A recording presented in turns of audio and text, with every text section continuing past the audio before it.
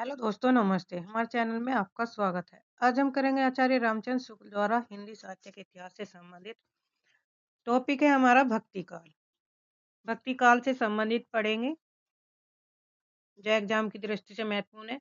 शुक्ल जी ने भक्ति काल पूर्व मध्यकाल का समय संवत 1375 से 1700 सन 1318 ईस्वी से 1643 ईस्वी तक माना है। भक्ति काल का विभाजन इस प्रकार किया। यही विभाजन क्या है? सर्वमान्य। किसके अनुसार है? आचार्य रामचंद्र शुक्ल जी के अनुसार भक्ति का विभाजन। देखिए, चैनल को सब्सक्राइब करिए, लाइक करिए और शेयर करिए। मैंने एक मैराथन क्लास का पूरा आदि काल से लेके भाषा विज्ञान से लेके भाषा के यूनिट 1 से और आदि काल का संपूर्ण रिवीजन उस वीडियो में दिया है। वो 1.5 पौने 2 घंटे की वीडियो, तो आप उसे जरूर देख लीजिए। चैनल को सब्सक्राइब करिए। यहाँ पे कंटेंट आपको पूरा मिलेगा यूजीसी नेट से संबंधित टॉपिक वाइज।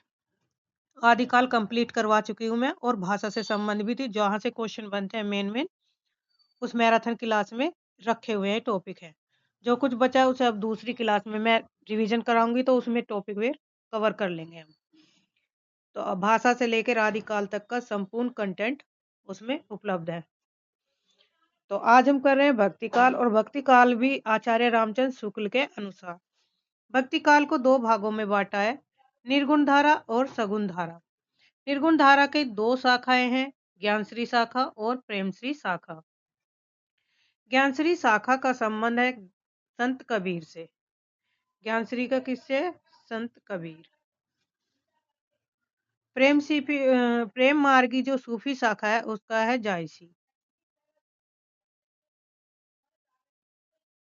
सूफी जो काव्य हुए जायसी। सगुण धारा में राम भक्ति से हुए तुलसीदास।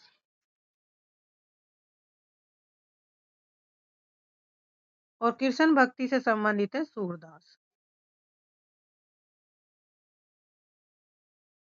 इस काल को 6 प्रकरणों में विभाजित किया है। प्रकरण 1 में सामान्य परिचय। प्रकरण 2 निर्गुण धारा ज्ञानश्री शाखा का वर्णन। ज्ञानश्री मतलब ज्ञानश्री के कवि और उनकी रचनाओं से संबंधित वर्णन किया गया है। निर्गुण धारा से संबंधित कवि और उनकी रचनाएं, जिसमें ज्ञानश्री शाखा में कौन है? कबीर, संत कबीर,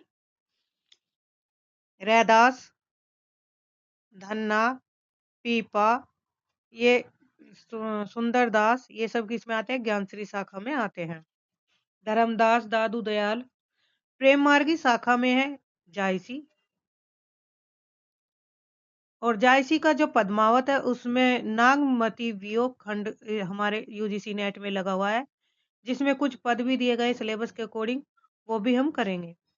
प्रकरण सगुण धारा, राम भक्ति शाखा में तुलसीदास जी हैं और कृष्ण भक्ति शाखा में सूरदास जी। तो प्रकरण 1 में हमारा सामान्य परिचय में हो गया। दूसरे प्रकरण में निर्गुण धारा और ज्ञानश्री शाखा से संबंधित। तीसरे प्रकरण में निर्गुण धारा, जिसमें प्रेम मार्गी सूफी शाखा के कवि और उनकी रचना से संबंधित है। प्रकरण 4 में सगुण धारा और राम भक्ति शाखा से संबंधित। प्रकरण 5 सगुण धारा और कृष्ण भक्ति शाखा। प्रकरण 6 में सगुण धारा और भक्ति काल की पुछ फुटकर रचनाएं से संबंधित अध्ययन हम इसमें करेंगे। तो ये 6 वो प्रकरण आपको याद रखने हैं, क्योंकि यहाँ पे एग्जाम में पूछे जाते हैं कि कौन से प्रकरण में किसका वर्णन किया गया है। प्रकरण 2 में, 3 में, 4 में। और ये दे देंगे निर्गुण धारा, ज्ञानश्री शाखा, प्रेम मार्गी, राम भक्ति, कृष्ण भक्ति, यानी कि इन शाखाओं का कौन से प्रकरण में वर्णन है। तो इन्हें आप जब भी आप वीडियो देखते हैं या बैठते हैं, तो आप अपना कॉपी पेंसिल लेके बैठिए और साथ के साथ अपने शॉर्ट नोट्स बनाते चलिए। वो क्या होगा, वो आपको एग्जाम में रिवीजन के लिए बहुत लाभदायक होंगे। प्रकरण 1 सामान्य परिचय में। इस प्रकरण में शुक्ल जी ने भक्ति काल के उदय की व्याख्या करते हुए उसकी सामान्य प्रवृत्तियों का संक्षिप्त विवरण दिया है। जैसे भक्ति काल की राजनीतिक परिस्थितियां क्या थी उस समय, इस प्रकार थी। जैसे देश में मुसलमानों के का राज्य प्रतिष्ठित हो जाने पर, यानी कि मुसलमानों का राज्य स्थापित हो जाने पर हिंदू जनता के हृदय में गौरव, गर्व, उत्साह के लिए वह अवकाश न रह गया। उसके सामने ही उसके देव मंदिर गिराए जाते थे, देव मूर्तियां तोड़ी जाती थी और पूज्य पुरुषों का अपमान होता था और वे कुछ भी नहीं कर सकते थे। कौन? हिंदू लोग। ऐसी दशा में अपनी वीरता के गीत न तो वे गा सकते थे और ना ही बिना गाए बिना लज्जित रह सकते थे, क्योंकि उन्हें कदम कदम पर क्या करते थे? लज्जित किया जाता था हिंदुओं को। ऐसी दशा में अपनी वीरता के गीत न तो वे गा सकते थे और न बिना लज्जित हुए सुन सकते थे। आगे चलकर जब मुस्लिम साम्राज्य दूर तक स्थापित हो गया, तब परस्पर लड़ने वाले स्वतंत्र राज्य भी न रह गए। इतने भारी राजनीतिक उलटफेर के पीछे हिंदू जन समुदाय पर बहुत दिनों तक उदासी छाई रही। अपने पौरुष से हताश जाति के लिए भगवान की शक्ति और करुणा की ओर ध्यान ले जाने के अतिरिक्त उनके पास दूसरा कोई मार्ग नहीं था। मार्ग ही क्या था? भक्ति काल की धार्मिक स्थिति के विषय में लिखा है, वर्जियानी सिद्ध, कपालिक आदि देश के पूर्वी भागों में नाथपंथी जोगी पश्चिमी भागों में रमते चले आ रहे थे। इसी बात से इसका अनुमान हो सकता है कि सामान्य जनता की धर्म भावना कितनी दबती जा रही थी। उसका हृदय धर्म से कितनी दूर हटता जा रहा था।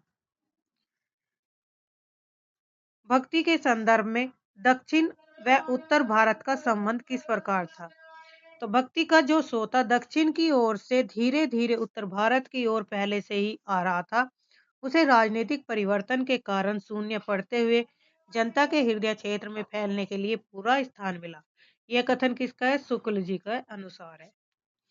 भक्ति आंदोलन की जो लहर दक्षिण से आई, उसी ने उत्तर भारत की परिस्थितियों के अनुरूप हिंदू मुसलमान दोनों के लिए एक सामान्य भक्ति मार्ग की भावना कुछ लोगों में जगाई। तो यह भी कथन किसका है? शुक्ल जी के अनुसार है। इंपॉर्टेंट है और एग्जाम में ये पूछे जा चुकी हैं कथन।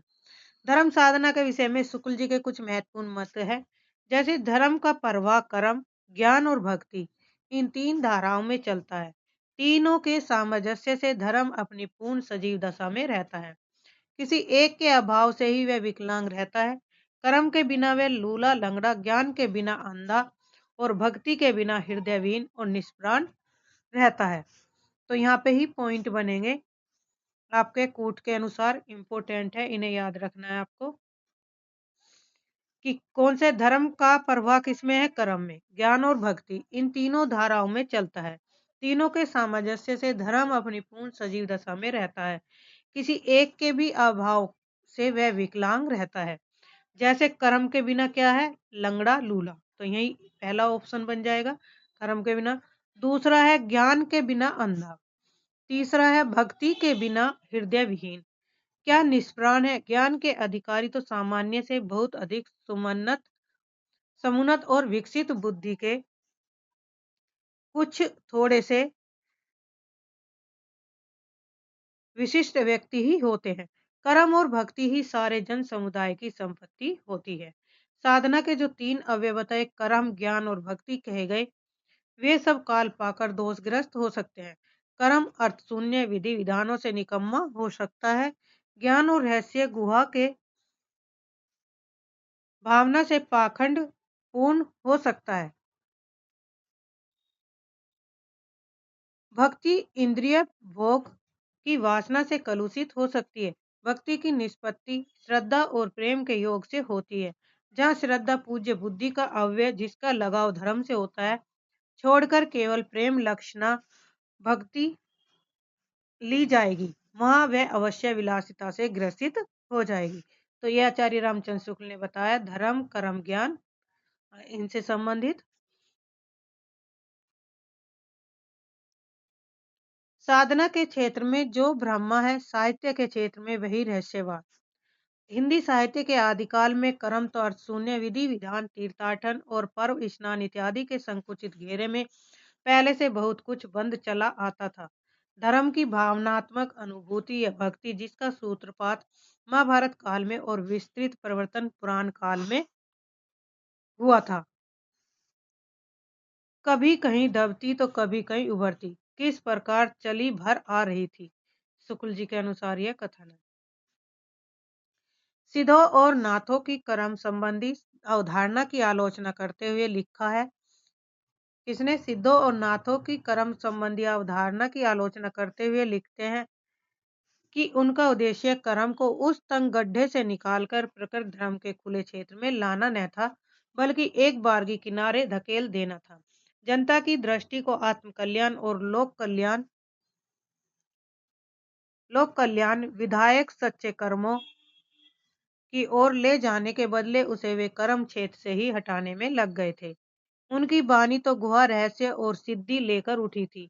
अपनी रहस्यदर्शिता की धाक जमाने के लिए बाह्य जगत की बातें छोड़ घट के भीतर के कोठों की बातें बताया करते थे। भक्ति, प्रेम और हृदय के प्रकृत भाव का अंत साधना में कोई स्थान नहीं था। मंत्र तंत्र, उपचार और अलौकिक सिद्धियां आदि के माध्यम से ईश्वर प्राप्ति के मार्ग को लक्ष्य करते हुए तुलसीदास जी ने लिखा है, गोरख जगायो जोग भक्ति भगायो लोग। इम्पोर्टेंट है। कालदर्शी भक्त कवि जनता के हृदय को संभालने और लीन रखने के लिए दबी हुई भक्ति को जगाने लगे। कर्मश भक्ति का प्रभाव ऐसा विकसित और प्रबल होता गया कि उसकी लपेट में केवल हिंदू जनता ही नहीं, देश में बसने वाले सहृदय मुसलमानों में से भी न जाने कितने आ गए।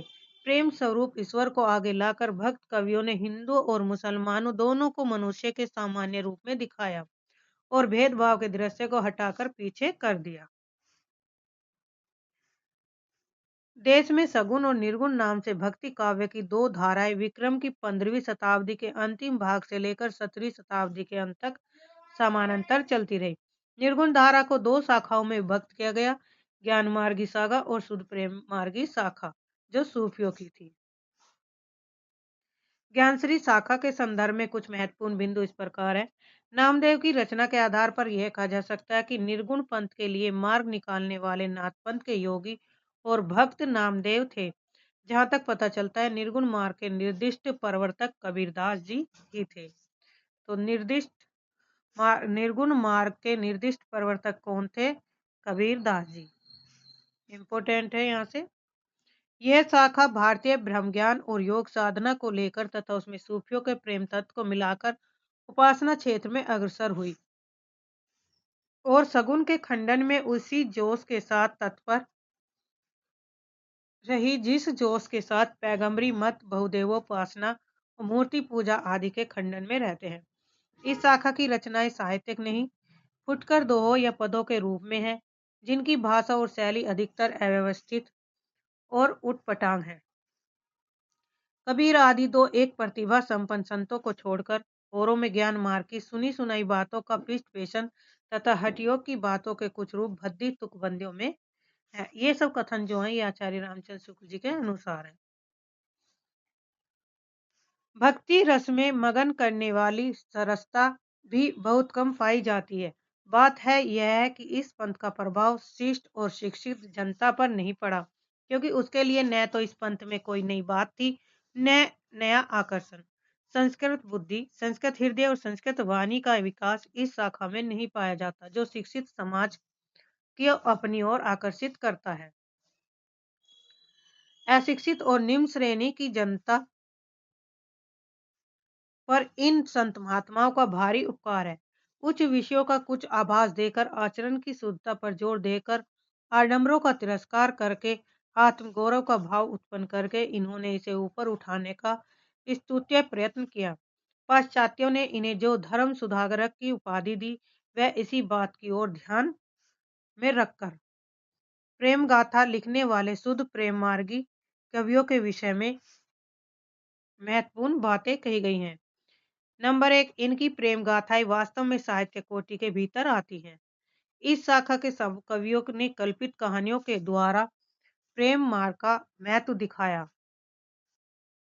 इन साधक कवियों ने लौकिक प्रेम के बहाने उस प्रेम तत्व का आभास दिया जो प्रियतम ईश्वर से मिलाने वाला है। इन प्रेम कहानियों का विषय तो वही साधारण होता है, अर्थात किसी राजकुमार का किसी राजकुमारी के अलौकिक सौंदर्य की बात सुनकर उसके प्रेम में पागल होना और घर बार छोड़कर निकल पड़ना तथा अनेक कष्ट और आपत्तियां झेलकर अंत में उस राजकुमारी को प्राप्त करना। पर प्रेम की पीर की जो व्यंजना होती है, वह ऐसे विश्व व्यापक रूप में होती है कि वह प्रेम इस लोक से परे दिखाई पड़ता है। सूफी कवियों ने जो कहानियां लिखी हैं, कहानियां ली हैं, वे सब हिंदुओं के घर में बहुत दिनों से चली आती कहानियां हैं, जिसमें आवश्यकता अनुसार उन्होंने कुछ हेर फेर किया। कहानियों का मार्मिक आधार हिंदू है। मनुष्य के साथ पशु पक्षी और पेड़ पौधों को भी सहानुभूति सूत्रबद्ध करके दिखाकर एक अखंड जीवन समिष्ट का आभास देना हिंदू प्रेम कहानियों की विशेषता है। मनुष्य के घोर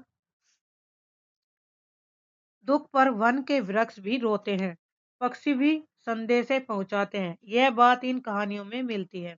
शिक्षितों और विद्वानों की काव्य परंपरा में यद्यपि अधिकतर आश्रयदाता राजाओं के चरित्रों और पौराणिक या ऐतिहासिक आख्यानों की प्रवृत्ति थी, पर साथ ही कल्पित कहानियों का भी चलन था।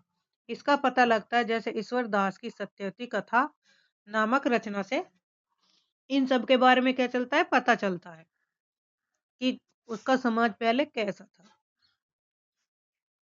दिल्ली में से बादशाह सिकंदर संवत 1546 से 1574 के समय में कवि ईश्वर दास ने सत्यवती कथा नाम की एक कहानी दोहे और चौपाइयों में लिखी थी, जिसकी आरंभ तो व्यास जन्मेजय के संवाद से पौराणिक ढंग पर होता है, पर जो अधिकतर कल्पित स्वच्छंद और मार्मिक मार्ग पर चलने वाली होती है।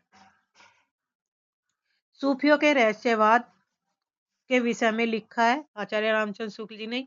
बीच बीच में रहस्य में परोक्ष की और जो मधुर संकेत मिलते हैं, वे बड़े हृदयग्राही होते हैं। कबीर में जो रहस्यवाद मिलता है, वह बहुत कुछ उन परिभाषिक संज्ञाओं के आधार पर जो वेदांत और हठ योग में निर्दिष्ट है।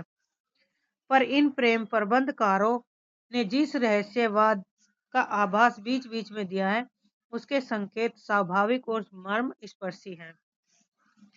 अपना भावात्मक रहस्यवाद लेकर सूफी जब भारत आए, तब यहाँ उन्हें केवल साधनात्मक रहस्यवाद योगियों, रसायनियों और तांत्रिकों में मिला। रसेश्वर दर्शन का उल्लेख माधवाचार्य विद्यारण्य के सब दर्शन संग्रह में है। ये भी कथन किसका है? शुक्ल जी का ही कथन है ये सारे। जायसी आदि सूफी कवियों ने हठ योग व रसायन की कुछ बातों को भी अपनी कहानियों में स्थान दिया, अर्थात उनके यहाँ भावात्मक और साधनात्मक दोनों रहस्यवाद का निर्वहन है। आचार्य शुक्ल जी ने रहस्यवाद के दो भेद बताए किए हैं। नंबर 1 साधनात्मक रहस्यवाद, नंबर 2 भावात्मक रहस्यवाद। जिस रहस्यवाद का आधार योग है वह साधनात्मक रहस्यवाद है, और जिसका आधार भक्ति या सूफी प्रेम सिद्धांत है वह भावात्मक रहस्यवाद से संबंधित है। साधनात्मक रहस्यवाद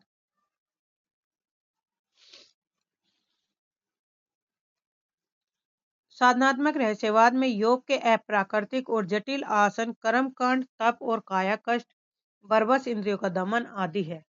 कर्मकांड मतलब तंत्र और तांत्रिकों से संबंधित था। इस प्रकार साधक मन अव्यक्त तथ्यों का साक्षात्कार तथा अनेक अलौकिक सिद्धियां प्राप्त करता हुआ भगवान के निकट पहुंचने का प्रयत्न करता है। तंत्र व रसायन भी साधनात्मक रहस्यवाद के अंतर्गत आते हैं, पर उनका स्तर अपेक्षाकृत निम्न है, यानी कि कम है।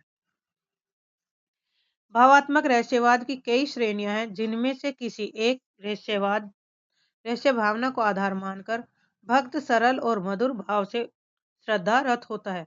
भक्त और साधक में अगाध विश्वास तथा आत्मसमर्पण की भावना प्रबल रहती है। इस रहस्यवाद के अंतर्गत अद्वैत ब्रह्मा की भी कल्पना होती है। रामेश्वर दर्शन शैव दर्शन प्रमुख शाखा पशुपत के 6 उपभागों में से एक है। यह दर्शन इस सिद्धांत पर आधारित है कि शरीर को अमर बनाए बिना मोक्ष प्राप्त नहीं हो सकता, तथा अमरत्व की प्राप्ति केवल पारद के माध्यम से संभव है। शैव दर्शन में रसेश्वर अर्थात पारे को शिव का वीर्य या गंधक को पार्वती का रज माना गया है। इनके सृजनात्मक मिलन से ही अमर शरीर की उत्पत्ति संभव है। यह अद्वैत दर्शन का पोषक है। संवत की 10वीं शताब्दी में सोमानंद ने शिव दृष्टि ग्रंथ में इसकी विशद व्याख्या की है। यह प्रमुख 6 दर्शनों में सम्मिलित नहीं है। जायसी के पद्मावत में रसेश्वर दर्शन भी मिलता है। सर्वदर्शन संग्रह वह माधवाचार्य विद्यारण्य द्वारा रचित ग्रंथ है। इसमें माधवाचार्य ने 16 दर्शनों का वर्णन किया, जिसमें रसेश्वर दर्शन भी एक है। माधवाचार्य द्वैतवाद के प्रवर्तक माधवाचार्य से यह भिन्न है। भिन्न मतलब अलग है। विभिन्न धाराओं की क्रम संबंधी अवधारणा के विषय में लिखा है।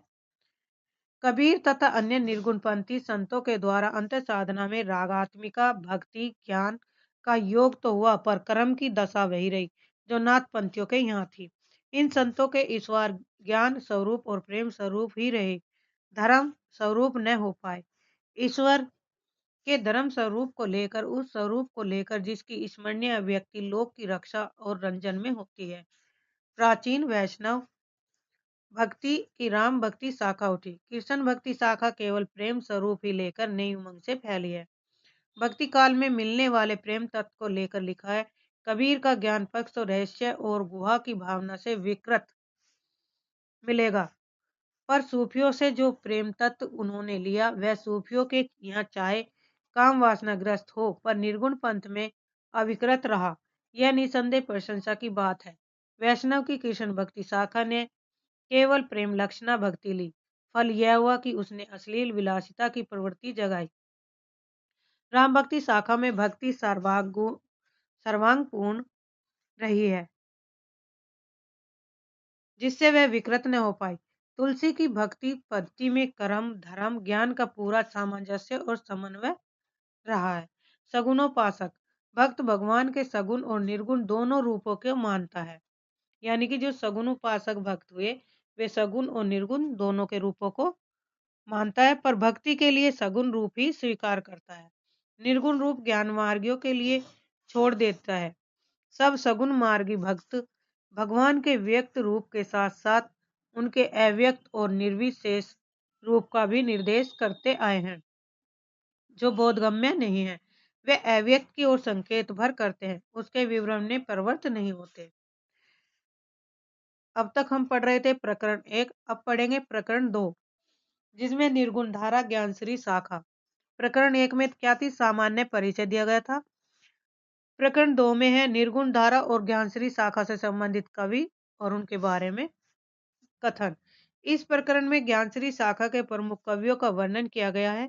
कवियों को इस क्रम में रखा, जैसे कबीर, रैदास, धर्मदास, गुरु नानक, दादू दयाल, सुंदरदास, मलोकदास, अक्सर अनन्य। तो ये थे ज्ञानश्री शाखा के प्रमुख कवि। कबीर, रैदास, धर्मदास, गुरु नानक, दादू दयाल, सुंदरदास, मलोकदास, अक्सर अनन्य। शुक्ल जी ने एक बात यह स्पष्ट की कि निर्गुण पंथ के संतों के संबंध में यह अच्छी तरह समझ रखनी चाहिए कि उनमें कोई दार्शनिक व्यवस्था दिखाने का प्रयत्न व्यर्थ है। उन पर द्वैत अद्वैत और विशिष्टाद्वैतवाद आदि का आरोप करके वर्गीकरण करना दार्शनिक पद्धति की अनभिज्ञता प्रकट करेगा। उनमें जो थोड़ा बहुत भेद दिखाई पड़ेगा वह उन अवयवों की न्यूनता या अधिकता के कारण जिनका मेल करके निर्गुण पंथ चला है।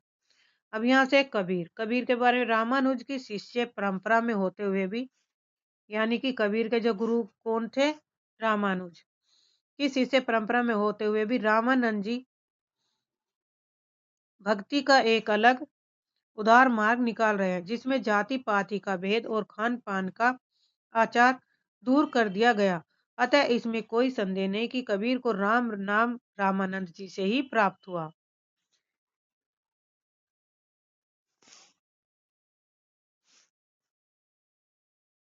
पर आगे चलकर कबीर के राम आनंद के राम से अलग हो गए। इसमें कोई संदेह नहीं कि कबीर ने ठीक मौके पर जनता के उस समय बड़े भाग को संभाला, जो नाथ पंथियों के प्रभाव से प्रेम भाव और भक्ति रस से शून्य शुष्क पड़ता जा रहा था। तो ये कथन सब किसके? आचार्य शुक्ल जी के अनुसार है। कबीर ने दूर दूर तक देशाटन किया। हठ योगियों तथा सूफी मुसलमानों और फकीरों का भी सत्संग किया।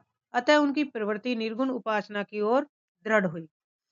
जो ब्रह्मा हिंदुओं की विचार पद्धति में ज्ञान मार्ग का एक निरूपण था, उसी को कबीर ने सूफियों के ढर्रे पर उपासना का ही विषय नहीं, प्रेम का भी विषय बनाया। उसकी प्राप्ति के लिए हठयोगियों की साधना का समर्थन किया। उन्होंने भारतीय ब्रह्मवाद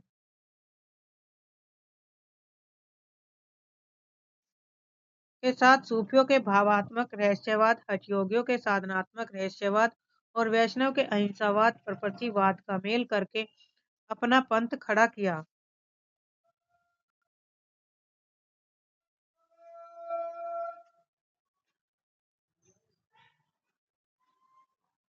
अहिंसावाद और प्रकृतिवाद का मेल करके अपना पंथ खड़ा किया। यद्यपि कबीर की वाणी निर्गुण वाणी कहलाती है, पर उपासना क्षेत्र में ब्रह्मा निर्गुण नहीं बना रह सकता। सेव्य सेवक भाव में स्वामी में कृपा, क्षमा, औदार्य आदि के गुणों का आरोप हो ही जाता है। कबीर के यहाँ निरूपाधि ब्रह्मा निर्गुण सपादि ईश्वर सगुण व सर्ववाद का निरूपण मिलता है। तो कबीर के यहाँ पे क्या मिलता है? कबीर के यहाँ निरूपावादी ब्रह्मा, निर्गुण सोपाधि ईश्वर और सगुण व सर्ववाद का निरूपण सम्मिलित है। कबीर में ज्ञान मार्ग की जहाँ तक बातें हैं, वे सब हिंदू शास्त्रों की हैं, जिनका संचय उन्होंने रामानंद जी के उपदेशों से किया था। माया, जीव, ब्रह्मा, तत्वमसी, आठ मैथुन, अष्ट मैथुन, त्रिकुटी, छह रिपु इत्यादि शब्दों का परिचय उन्होंने अध्ययन द्वारा नहीं, सत्संग द्वारा ही दी हुआ, क्योंकि वे जैसा कि प्रसिद्ध है, कुछ पढ़े लिखे न थे। कौन? कबीरदास जी। उपासना के ब्रह्म स्वरूप पर आग्रह करने वाले और कर्म कांड को प्रधानता देने वाले पंडितों और मुल्लों दोनों को उन्होंने खरी खरी सुनाई और राम रहीम की एकता समझकर हृदय को शुद्ध और प्रेम में करने का उपदेश दिया। यानी जो कबीर थे वो क्या करते थे? भाई आंडामरों का विरोध करते थे और उनके बारे में उन्होंने खरी खरी यानी कि साफ साफ कहा था और राम और रहीम की एकता समझकर हृदय को शुद्ध और प्रेम का उपदेश उन्होंने दिया था। देशाचार और उपासना विधि के कारण मनुष्य मनुष्य में जो भेदभाव उत्पन्न हो जाता है, उसे दूर करने का प्रयास उनकी वाणी बराबर करती रही। यद्यपि वे पढ़े लिखे न थे, पर उनकी प्रतिभा बड़ी प्रखर थी, जिससे उनके मुंह से बड़ी चुटीली और व्यंग चमत्कारपूर्ण बातें निकलती थी। उनकी युक्तियों में विरोध असंभव का चमत्कार लोगों को बहुत आकर्षित करता था। अनेक प्रकार के रूप को अन्योक्तियों द्वारा ही उन्होंने ज्ञान की बातें कही, जो नई न होने पर भी वाग वैचित्र्य के कारण अनपढ़ लोगों को चकित किया करती थी। अनूठी अन्योक्तियों द्वारा ईश्वर प्रेम की व्यंजना सूफियों में बहुत प्रचलित थी। जिस प्रकार कुछ वैष्णव में माधुर्य भाव से उपासना प्रचलित हुई थी, उसी प्रकार सूफियों में भी ब्रह्मा को सर्वव्यापी प्रियतम या मासूक मानकर हृदय से उद्गार प्रदर्शित करने की प्रथा थी, जिसको कबीर दास ने ग्रहण किया। कबीर अपने श्रोताओं पर यह अच्छी तरह भाषित करना चाहते थे कि हमने ब्रह्मा का साक्षात कर लिया है। इसी से वे प्रभाव डालने के लिए बड़ी लंबी चौड़ी कर्मोक्तियां भी कभी कभी कहते थे। भाषा बहुत परिष्कृत और परिमार्जित न होने पर भी कबीर की उक्तियों में कहीं कहीं विलक्षण प्रभाव और चमत्कार है। प्रतिभा उनमें बड़ी प्रखर थी और इसमें कोई संदेह नहीं। प्रकरण 1 में इसमें कोई संदेह नहीं है कि कबीर ने ठीक मौके पर जनता के उस बड़े भाग को संभाला जो नाथपंथियों के प्रभाव से प्रेम भाव और भक्ति रस से शून्य और सूक्ष्म पड़ता जा रहा था। उनके द्वारा यह बहुत ही आवश्यक कार्य हुआ। इसके साथ ही मनुष्यत्व की सामान्य भावना को आगे करके निम्न श्रेणी की जनता में उन्होंने आत्मगौरव का भाव जगाया और भक्ति के ऊंचे से ऊंचे सोपान की ओर बढ़ने के लिए बढ़ावा दिया। प्रकरण 1 में ही कबीरदास ने नाथपंथी और जोगियों की कई बातें ग्रहण की। जैसे नाथपंथियों ने भेदभाव को निर्दिष्ट करने वाले उपासना के बाहरी विधानों को अलग रखकर अंतर साधना पर जोर दिया, अंतरात्मा पर। लेकिन नाथपंथियों ने हृदय पक्ष शून्य और सामान्य अंतर साधना का मार्ग अपनाया, पर कबीर ने इसे नहीं स्वीकारा। नाथपंथी नाथपंथ व निर्गुण पंथ में यह मुख्य अंतर है। नाथपंथ और निर्गुण पंथ में क्या अंतर है? कबीर व निर्गुण पंथियों ने अंत्य साधना में रागात्मिक का भक्ति और ज्ञान का योग का वर्णन किया। प्रकरण 1 में कबीर ने जिस प्रकार एक निराकार ईश्वर के लिए भारतीय वेदांत का पल्ला पकड़ा, उसी प्रकार उस निराकार ईश्वर की भक्ति के लिए सूफियों का प्रेम तत्व लिया। और अपना निर्गुण धूमधाम से निकाला। प्रकरण एक, इन्होंने एक और तो स्वामी रामानंद जी के शिष्य होकर, यानी कि जो कबीर के गुरु थे कौन थे, वे थे रामानंद जी।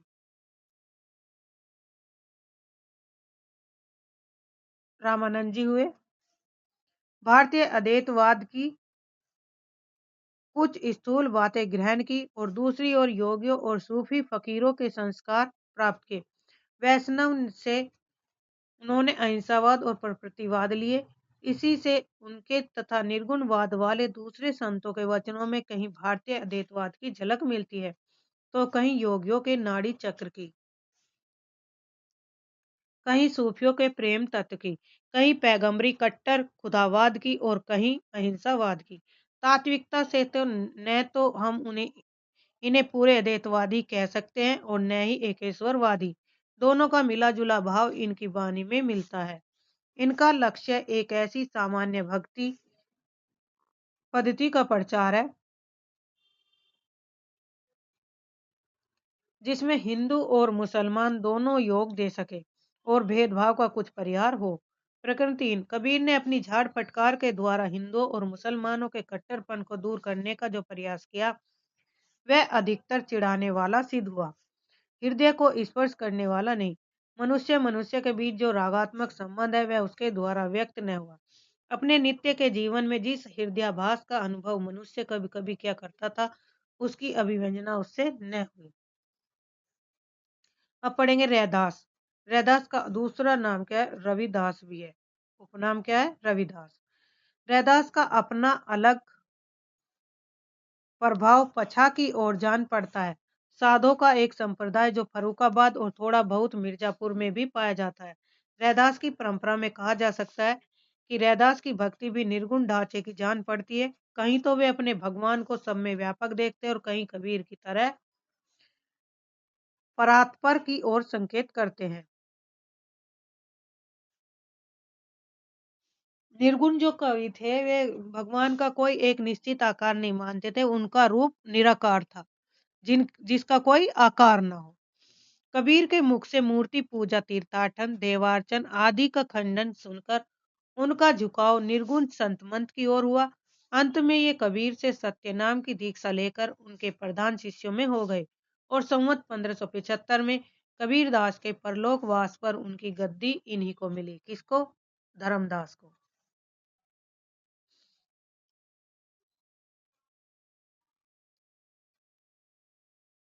जिनकी रचना थोड़ी होने पर भी कबीर की अपेक्षा अधिक सरल भाव लिए हुए थी।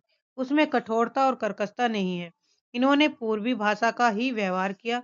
इनकी अनुक्तियों के व्यंजक चित्र अधिक मार्मिक है, क्योंकि उन्होंने खंडन मंडन से विशेष प्रयोजन न रख प्रेम तत्व को लेकर ही अपनी वाणी का प्रसार किया। इन्होंने प्रेम को अपना आधार बनाया। गुरु नानक। गुरु नानक आरंभ से ही भक्त थे, अतः उनका ऐसा मत की ओर आकर्षित होना स्वाभाविक था, जिसकी उपासना का स्वरूप हिंदुओं और मुसलमानों दोनों को समान रूप से ग्राह्य हो। उन्होंने घर बार छोड़कर बहुत दूर दूर के देशों में भ्रमण किया, जिससे उपासना का सामान्य स्वरूप स्थिर करने में और उन्हें बड़ी सहायता मिली। अंत में कबीरदास की निर्गुण उपासना का प्रचार उन्होंने पंजाब में आरंभ किया और वे सिख संप्रदाय के आदि गुरु हुए। भक्ति या विनय के सीधे साधे भाव सीधी सादी भाषा में कहे गए। कबीर के समान अशिक्षितों पर प्रभाव डालने के लिए टेढ़े मेढ़े रूपों में नहीं। इससे उनकी प्रकृति सरलता और अहम भाव शून्यता का परिचय मिलता है। नेक्स्ट कवि है दादू दयाल। इनकी रचना में अरबी फारसी के शब्द अधिक आए हैं और प्रेम तत्व की व्यंजना अधिक है। घट के भीतर के रहस्य प्रदर्शन की प्रवृत्ति इनमें बहुत कम है। दादू की बानी में यद्यपि युक्तियों का वह चमत्कार नहीं जो कबीर की बानी में मिलता है, पर प्रेम भाव का निरूपण अधिक सरस और गंभीर है। समान खंडन और वाद विवाद में इन्हें रुचि न थी। सुंदरदास। निर्गुण पंथियों में ये एक ऐसे व्यक्ति थे जिन्हें समुचित शिक्षा मिली थी और जो काव्य कला की रीति आदि से अच्छी तरह परिचित थे, अतः इनकी रचना साहित्यक और सरस है। भाषा भी काव्य की मंजी हुई ब्रज भाषा है। भक्ति और ज्ञान चर्चा के अतिरिक्त नीति और देशाचार आदि पर भी इन्होंने बड़े सुंदर पद लिखे। इनकी रचना काव्य पद्धति के अनुसार होने के कारण और संतों की रचना से भिन्न दिखाई पड़ती है। संत तो ये थे ही, पर कवि भी थे। कौन? सुंदरदास। सुशिक्षा द्वारा विस्तृत दृष्टि प्राप्त होने से इन्होंने निर्गुणवादियों के समान लोक धर्म की अपेक्षा नहीं की। इन्होंने जो सृष्टि तत्व आदि कहे, वे भी औरों के समान मनमाने और उटपटांग नहीं और शास्त्र के अनुकूल थे। तो आज तो हम यही करेंगे, प्रकरण 2 तक करते हैं। कल हम करेंगे प्रकरण 3। तो आज के लिए इतना ही। धन्यवाद। चैनल को सब्सक्राइब करिए, लाइक करिए और शेयर करते रहिए।